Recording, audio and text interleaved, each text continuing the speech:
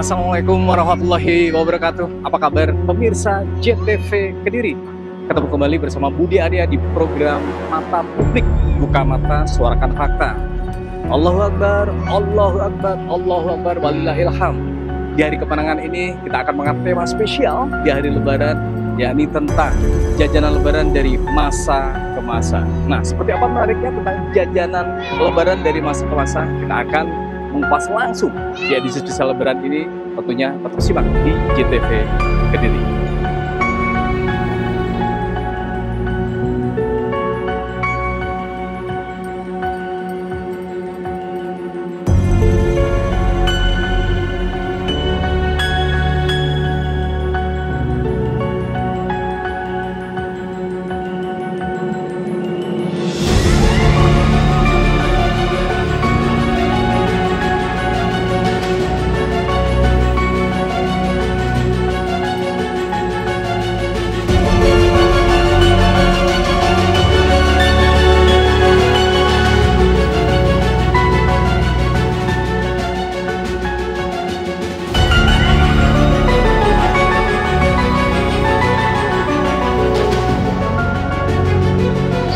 Ya, pemirsa JTV Kediri, berbicara tentang apa yang menjadi pemasaran, yakni produktivitas sebuah jajanan Lebaran memang tak lepas dari peran serta sebuah distributor. Nah, saat ini saya berada tepat di lokasi distributor terbesar di wilayah Kediri Raya, yakni Jagoniaga. Saya akan menanyakan langsung tentang bagaimana sih marketing atau pemasaran dari sebuah jajanan dulu dengan sekarang yang lebih dominan dikonsumsi oleh masyarakat di Lebaran tahun ini seperti apa. Ikuti saya tetap di Mata Publik, Buka Mata, Suarakan Fakta.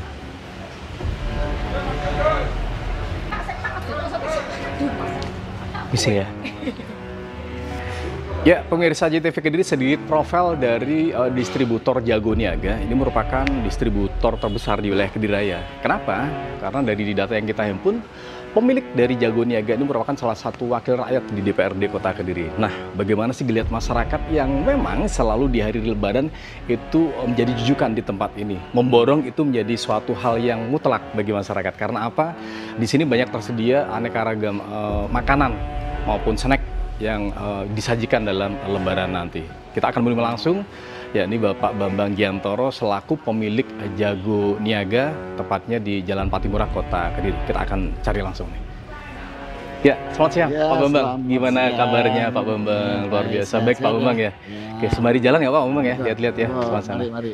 Ya, Pak Bambang. Kalau kita melihat sih memang animo masyarakat ya, utamanya di hari Lebaran tiba maupun menjelang itu pasti snack maupun jajanan Lebaran itu menjadi hal utama dalam hal ini.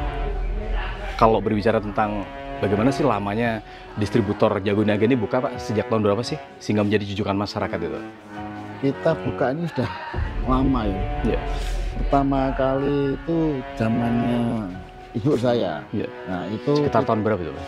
Sekitar tahun 70-an. 70 lama ya? Di bawah 70. Itu kita jualnya itu jual jajan pasar waktu itu ya, jajan basah itu, jadi seperti undi-undi, lemper, gitu-gitu. Seiring dengan waktu, kemudian kita jual untuk Lebaran, terutama itu Pak Gambir sama ya? Ladu itu yang menjadi favorit ya? Favorit saat itu Pak Gambir sama ladu. Di tahun berapa itu kisaran? Itu sekitar tahun 70-an. 70-an ya? 70 lebih itu masih itu. Nah, Pak Bambang, kalau melihat yang dominan ya, kalau kita bicara tentang makanan jadul atau orang mengenal zaman dulu, itu kan memang opak gambir dan tadi ciput dan segala hal tentang ladu ya. Itu sekarang masih ada Pak Bang untuk pemasarannya? Yang Pak Gambir masih ada, tapi ya? yang ladu itu sudah tidak ada. Tidak ada ya. Oke. Itu kalau dominan tuh masyarakat lebih mengkonsumsi mana itu Pak Bang? Kalau sekarang ya, di tahun ini 2025 tepatnya. Lebih banyak mana kalau mengkonsumsi di Lebaran yang biasa dibeli masyarakat? Kalau yang sekarang ini sudah mengarah ke ini yang pabrikan ya. Kaleng itu ya. Kaleng itu sudah mulai. Meskipun kalau yang di daerah masih tetap masih banyak yang ini yang curah itu masih banyak. Kalau penurunan berapa persen Pak dari jajanan jadul itu dengan era sekarang Pak? Jauh ya? Jauh. Sudah mulai berjalannya waktu sudah malas mungkin ya. Iya. Jadi orang pengen simpel gitu. Pengen simpel, jadi langsung beli yang sudah jadi. Nah, terakhir nih Pak Bam, kalau melihat cara komposisi kan selain pabrikan ya ada kaleng, wafer itu juga dominan Pak Bam ya? Iya, wafer itu. Wafer dominan juga. Dominan wafer, astor itu sudah mulai itu. Kalau produktivitas makanan jadul tuh itu lokal saja apa dipasok dari luar daerah Kediri Pak Bam? Lokal banyak. Lokal banyak ya? Lokal itu banyak. Jadi lokal itu macam-macam gitu. Ada banyak sekali itu. Berarti lebih dominan Kediri masih mendominasi ya untuk makanan jadul. Yang apa? Makanan lokal yang ya. Tingkat konsumtif masyarakat tahun sebelumnya dengan tahun ini gimana Pak? Secara pembelian, secara sell out-nya gimana? Ada kenaikan apa penurunan? Yang jelas itu sebetulnya sama ya? Porsinya itu sekarang itemnya yang dibagi merata banyak gitu ya. Iya, pabrikannya kan kalau dulu kan pabriknya cuma satu, yang lebih terkenal Kongguan misalnya itu ya. Kalau sekarang sudah banyak, ada Gloria Bisco, ada macam-macam lah yang apa? Kaleng-kaleng itu, yang pabrik biskuitnya juga macam-macam, sudah banyak sekali. Berarti sama ya secara tahun kemarin dengan saat ini ya. Oke, terima kasih Pak Bambang Giantoro waktunya di sela-sela sebagai wakil anggota DPR di Kota Kediri. Ternyata bisnisnya luar biasa.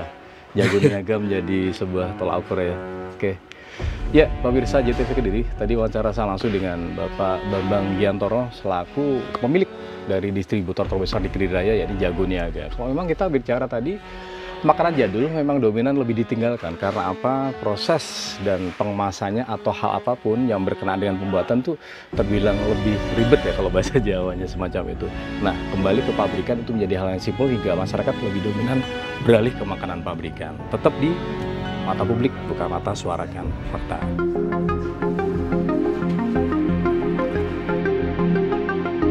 Ya, pemirsa JTV Kediri berbicara tentang makanan zaman dulu atau jadul. Terngiang di benak kita yakni akan makanan opak gambir. Itu yang biasa dikonsumsi masyarakat utamanya di wilayah Kediri Raya, yakni di kala lebaran tiba. Nah, saat ini saya berada di RT 1 RW 4 Kelurahan Bujel Kecamatan Mojokerto. Saya akan menanyakan langsung bagaimana sih produktivitas dari opak gambir yang selama ini masih berlangsung ataukah malah punah ataukah sebaliknya. Menariknya, tetap simak barengan Budi Arya yang saat ini berada di produsen kapung opak gambir di Kelurahan Bujel, Kecamatan Mojokerto, Kota Kediri.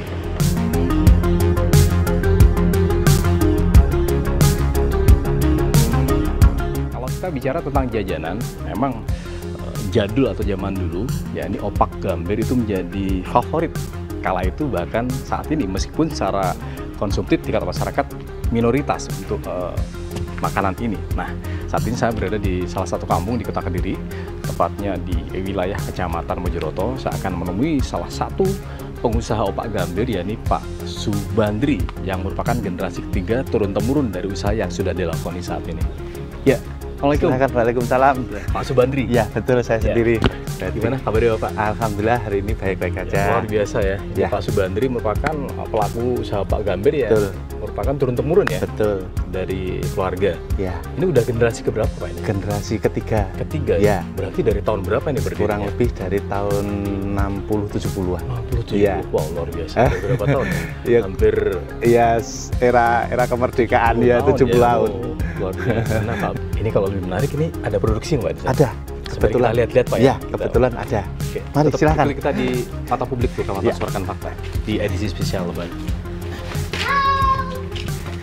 Mari silakan masuk.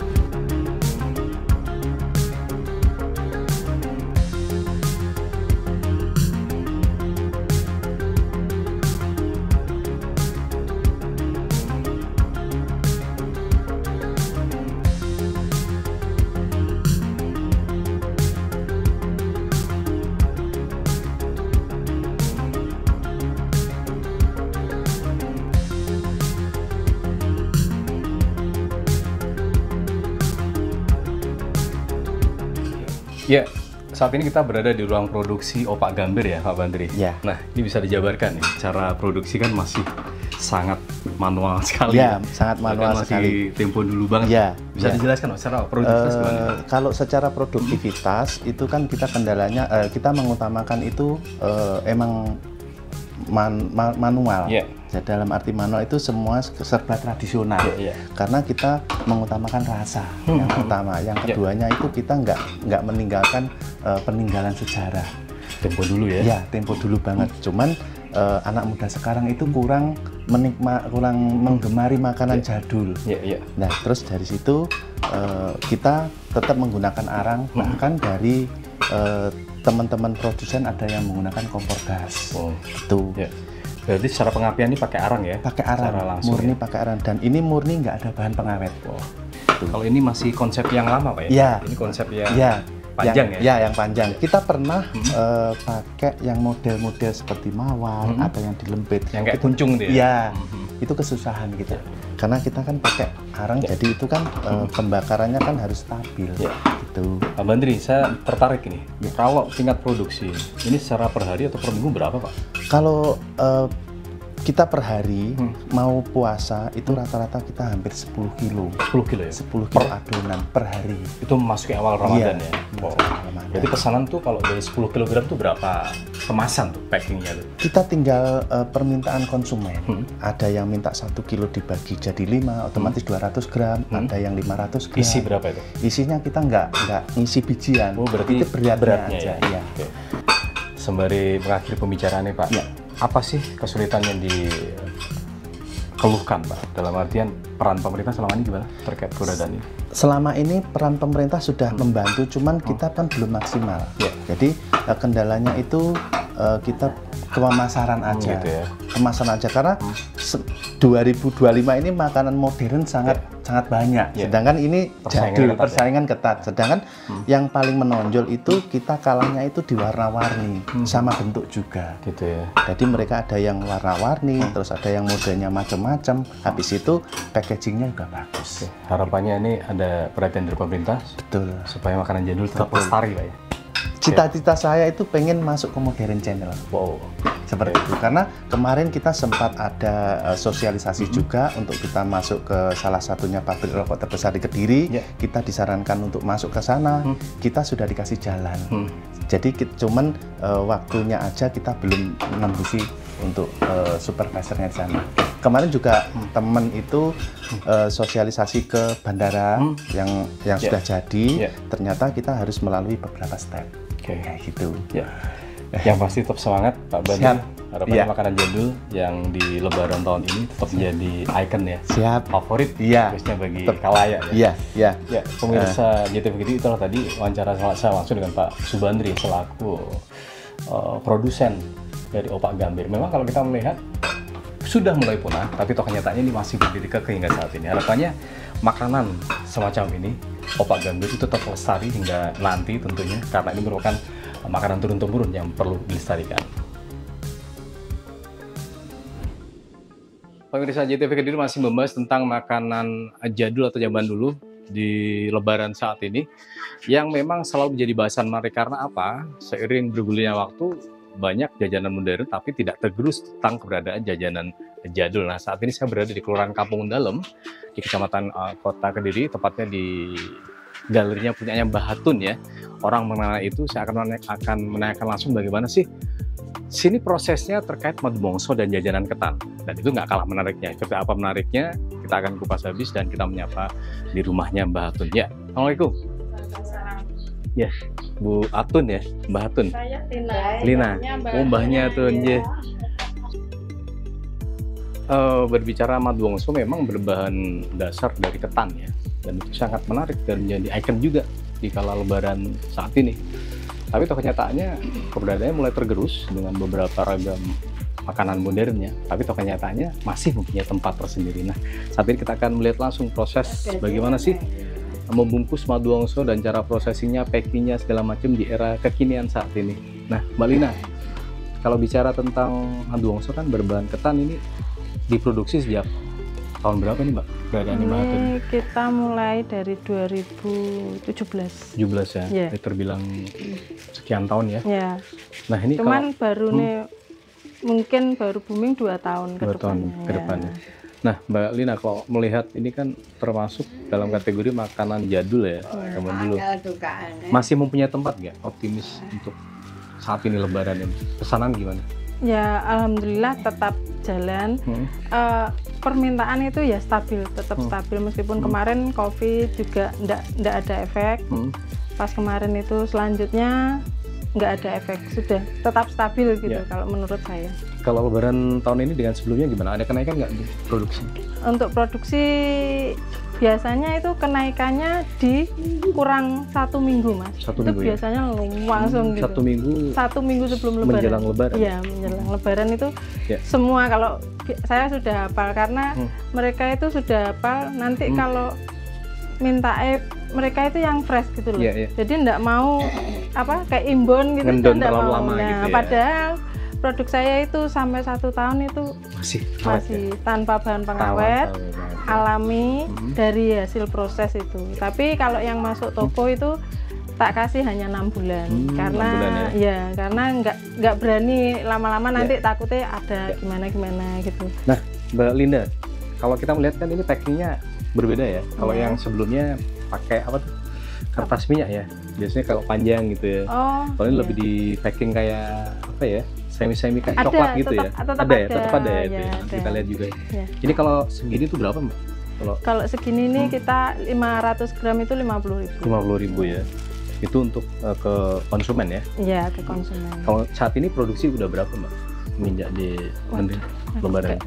Belum ini ya? Kurang lebih hampir 70 ya? 70 pack gitu ya? Kilo. 70 kilo ya? Iya. Ini kalau 70 kilo tuh bisa berapa pack gini, Mas? Kalau 70 kilo ya 140. 140 gini? Iya. Okay. Ya emang menariknya kalau makanan jadul tuh memang cara kombinasi dan komposisi bahan tuh alami ya. Iya. Jadi enak untuk dikonsumsi dan aman tentunya. Ya. Nah, sembari kita melihat galerinya Mbak Lida bisa ya? Ini kan yang kemasan yang kan udah kekinian ya. Yang jadul masih ada yang kayak pakai kertas tuh ya. Yang kertas minyak. Iya. Yang panjang tuh ya. Kertasnya juga seperti sama ya, tapi modelnya memanjang. Ya, ada memanjang. Tapi kita lihat modern juga, bukan yang kayak permen itu bukan. Sama berarti packingnya ya. Ya, panjang. Ya. Nah, ini kemasan hampers kita nanti seperti ini. Nanti kita wadah di besek. Ini memang sudah ada permintaan dari customer juga. Terakhir Mbak Linda, kalau melihat cara produksi itu dibandingkan tahun kemarin saat ini kenaikan gimana Mbak? Signifikan atau melambat gitu? Maksudnya permintaan. Permintaannya tetap Mas. Kalau di tempat saya loh ya, tapi enggak tahu kalau di luar meskipun banyak kompetitor yang tuh kuliah banyak Mas itu ya alhamdulillah tetap konsisten, saya tetap customer saya tetap luar biasa. Sukses selalu Mbak Linda. Semoga makanan jadul ini tetap mempunyai hati tersendiri ya. Di hati masyarakat utamanya untuk konsumtif di Lebaran saat ini. Ya, pemirsa, kalau kita melihat makanan jadul memang masih memiliki daya tarik sendiri. Kenyataannya eksistensi itu tetap dijaga sampai saat ini. Mantu bongso yang menjadi ikonik juga di kala Lebaran, di kala saya kecil juga. Ini masih terjaga hingga saat ini. Harapannya ini tetap terjaga hingga saat-saat nanti.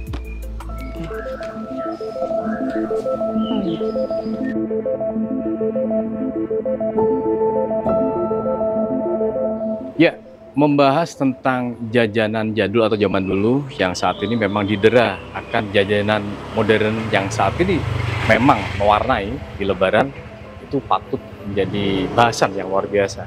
Toh kenyataannya itu tak lepas dari sisi kesehatan. Nah, bagaimana komentar dan tanggapan dari sisi kesehatan? Saya akan langsung mewawancarai sosok beliau, dokter spesialis yang akan menanggapi bagaimana sih perbedaan komposisi antara jajanan jadul dan juga jajanan era kekinian. Assalamualaikum. Dengan Dokter Agus. Wah, luar biasa. Apa kabar dokter? Ya.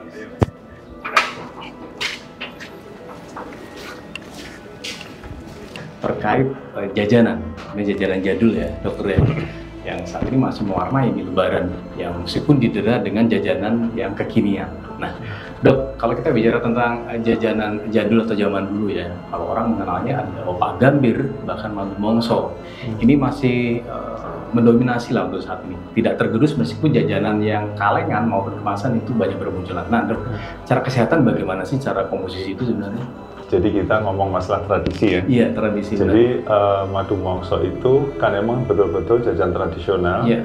Yang dibikin dari bahan-bahan yang kita ambil dari sekitar kita. Dan itu dibikin betul-betul dengan cara yang higienis, tanpa pengawet. Sehingga sampai hari ini kalau saya lihat, di setiap rumah itu hampir pasti ada. Pasti ya. Karena itu tidak bisa ditinggalkan. Sehingga dengan harapan bahwa pengrajin-pengrajin madu mongso saat ini pasti akan berkembang. Dan akan berkembang terus. Rekan-rekan yang dari luar Kediri pulang ya kalau mau beli jajan ya itu tadi madu mongso dan opak gambir. Itu yang betul-betul bisa menghidupkan UMKM pada nantinya ya. Dok, kalau bicara tentang komposisi ya, kan ada kandungan apa lah. Kalau kacamata secara ilmiah aja Dok, itu apa sih sebenarnya Dok? Masih kalau bicara tentang enak dikonsumsi itu kan sama aja ya. Itu jadi ada karbohidratnya, ada kandungan vitamin, mineral segala macam. Cuman kadang-kadang madu mongso itu kan kalau tidak manis tidak enak. Nah, jadi itu untuk orang-orang yang sehat sih nggak ada masalah. Cuma untuk orang-orang yang ada keterbatasan ya memang harus dibatasi. Tapi ya tetap secara komposisi tidak ada sesuatu yang mengkhawatirkan sebetulnya. Sehat ya dalam sehat. Jadi kalau jajanan yang sifatnya tidak tradisional kan kita biasanya pakai minyak, pakai lemak, atau kadang-kadang kalau dia dipanaskan dengan model-model oven yang suhu tinggi, itu merubah komposisi dari zat-zatnya. Sudah ada madu mongso di rumah, kita sudah beli juga. Cuman kadang-kadang kita harus membiasakan anak-anak kita ya. Jadi anak-anak kita tuh senangnya fast food, yang kadang-kadang kita susah melarang karena lingkungan. Dan sekarang masif di mana-mana ada. Sehingga kita terus memperkenalkan bahwa ini loh makanannya mbah-mbah kita dulu, ini loh makanan bapak dulu, sehingga dia tetap harus dikenalkan dengan pola-pola yang sifatnya tradisional. Itu saya kira masih harus orang tua harus mengenalkan bahwa itu dan dijaga jangan sampai punah ya. Itu yang utama Dok ya.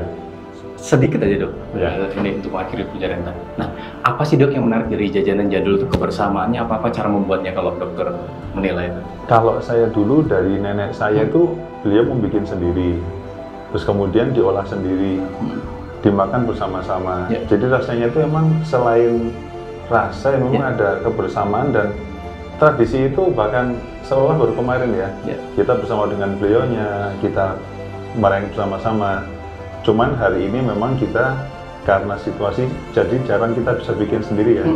Tapi kita memanfaatkan ya orang-orang yang membuat jadi rezeki mereka. Tapi tetap kita beli dan setiap lebaran di tempat kita pasti ada. Siap. Oke, terima kasih Dr. Agus selaku Komisaris Utama Rumah Sakit Bidang Trenggalek. Amin. Terima kasih. Faidin dokter. Siap. Mohon maaf ya ada kesalahan selama ini ya. Pemirsa JTV Kediri, tadi wawancara saya langsung dengan Dr. Agus selaku Komisaris Utama Rumah Sakit Bidang Kabupaten Trenggalek Jawa Timur. Jadi dari sisi kesehatan sudah kita akan melangkah ke pemerhati kebudayaan terkait bagaimana sih perbedaan jajanan jadul dan juga jajanan era kekinian saat ini. Tetap ikuti Budi Arya di mata publik, bukan mata suarakan fakta.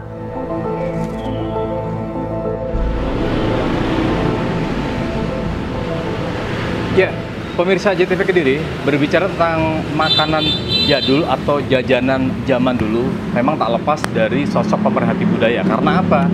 Seiring waktu berjalan, tepatnya di hari Lebaran saat ini memang keberadaannya memang tergerus dengan makanan kekinian yang saat ini mulai mendominasi. Nah, seperti apa tanggapan dari pemerhati budaya? Saat ini saya akan menuju langsung ke tempat pemerhati budaya Kediri Raya, yakni Imam Mubarak atau yang biasa disapa Gus Barok dan juga Ketua DK4 Kabupaten Kediri.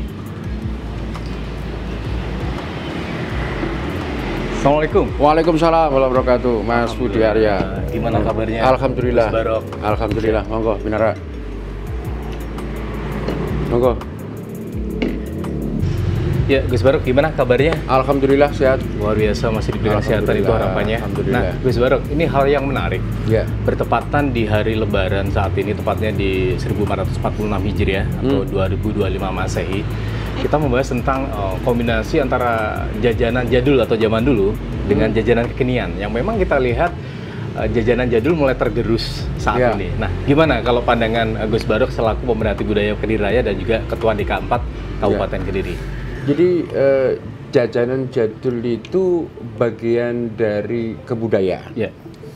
Jadi kebudayaan itu terus update. Jajanan jadul yang kita kenal zaman dulu di era-era paling itu berakhir kira tahun 90-an. Itu sudah hampir tergerus dengan jajanan baru dan itu sudah nyaris hilang. Nah, satu hal bagi saya yang mengalami karena fase saya di masa itu, bahwa jajanan jadul di Lebaran itu ada yang dinamakan gotong royong. Gotong royong. Ya.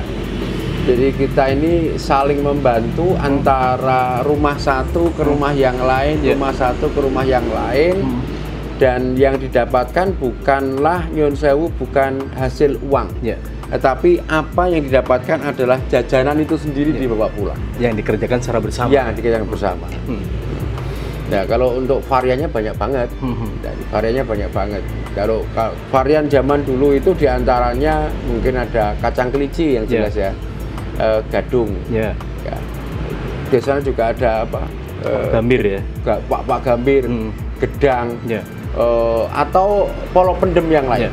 Gus, kalau melihat kondisi sekarang nih, kalau memang makanan jadul ya, zaman dulu, karena saat ini kondisinya minoritas ya, dibandingkan di era 60-an sekian, bahkan sampai 90-an udah mulai tergerus. Nah, kalau melihat kacamata Gus Barok selaku pemerhati budaya, itu tergerusnya karena dalam sisi apa sih Gus? Selain itu dominasi makanan baru atau jajanan baru yang mulai muncul banyak saat ini. Oke, jadi praktis. Artinya jajanan yang sekarang ini bisa kita peroleh online, bisa kita peroleh apa, pengen apa dan sebagainya online. Itu lebih mempermudah aja, dan kita males. Jadi sisi kemalasan kita itu berdampak. Dulu bayangkan saja loh, kita membuat apa itu namanya opak gadung. Kita jebol bareng-bareng, ya kan? Setelah itu ditiris, dibiarkan agar apa itu telutue mengendap, dibiarkan dulu. Setelah itu baru proses dioncei ya, dioncei, dikuliti dan kemudian kita iris. Nah, setelah iris ya, itu dimasukkan ke dalam bak atau koen dalam zaman dulu. Di situ ada enjetnya. Jadi enjet itu endapan gamping. Ya, endapan gamping itu kemudian ditaruh di situ. Itu prosesnya agak lama juga untuk menghilangkan racun-racunnya. Terus baru kemudian dibersihkan, kemudian dijemur, masih ditambahi apalagi? Tambahi dengan menggunakan ini apa? Awu ya? Abunya pawonan, bekas pawonan itu kemudian diulek, kemudian dijemur. Dan nanti untuk proses ini diketek-ketek nih, itu dijatuh-jatuhkan, itu nanti akan turun sendiri abunya, dan baru kemudian digoreng. Jadi pada sisi itu cukup lama, variannya cukup menarik dan banyak melibatkan banyak orang. Belum lagi nanti kalau membuat rengginang yang biasanya ditaruh dalam botol kongguan, kotak kongguan, tapi isinya rengginang, itu juga proses lama. Nah, itu sangat menarik nih kalau kita melihat tentang jajanan jadul ya.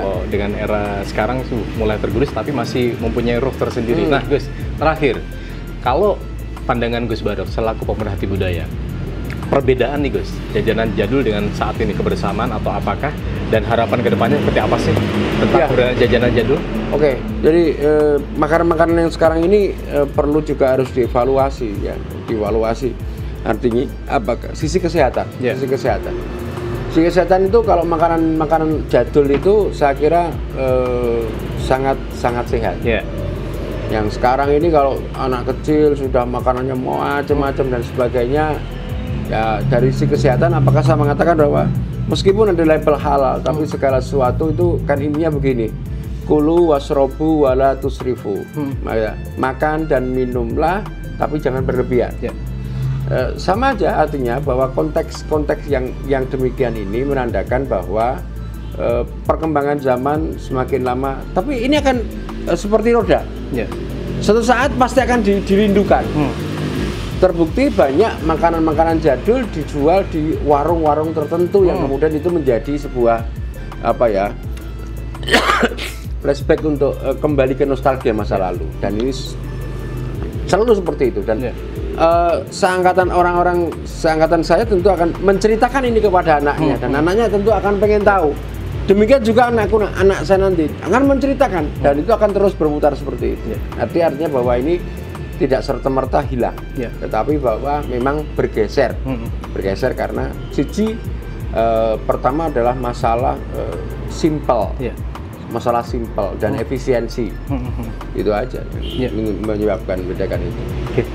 Terima kasih Gus Barok waktunya di momen spesial Lebaran ini. Kami dari kru dan tim Mata Publik JTV Kediri, Sabudi Arya mengucapkan minal aidin wal faizin. Sama-sama Mas. Mohon maaf lahir batin. Terima kasih waktunya pemirsa JTV Kediri. Kalau tadi wawancara kita langsung dengan Imam Mubarok yang akrab disapa Gus Barok di spesial edisi Lebaran. Tentunya di Mata Publik, buka mata soalkan fakta. Terus saksikan. Mohon maaf lahir batin. Kita ketemu di sesi yang luar biasa lagi. Assalamualaikum warahmatullahi wabarakatuh. Waalaikumsalam warahmatullahi wabarakatuh.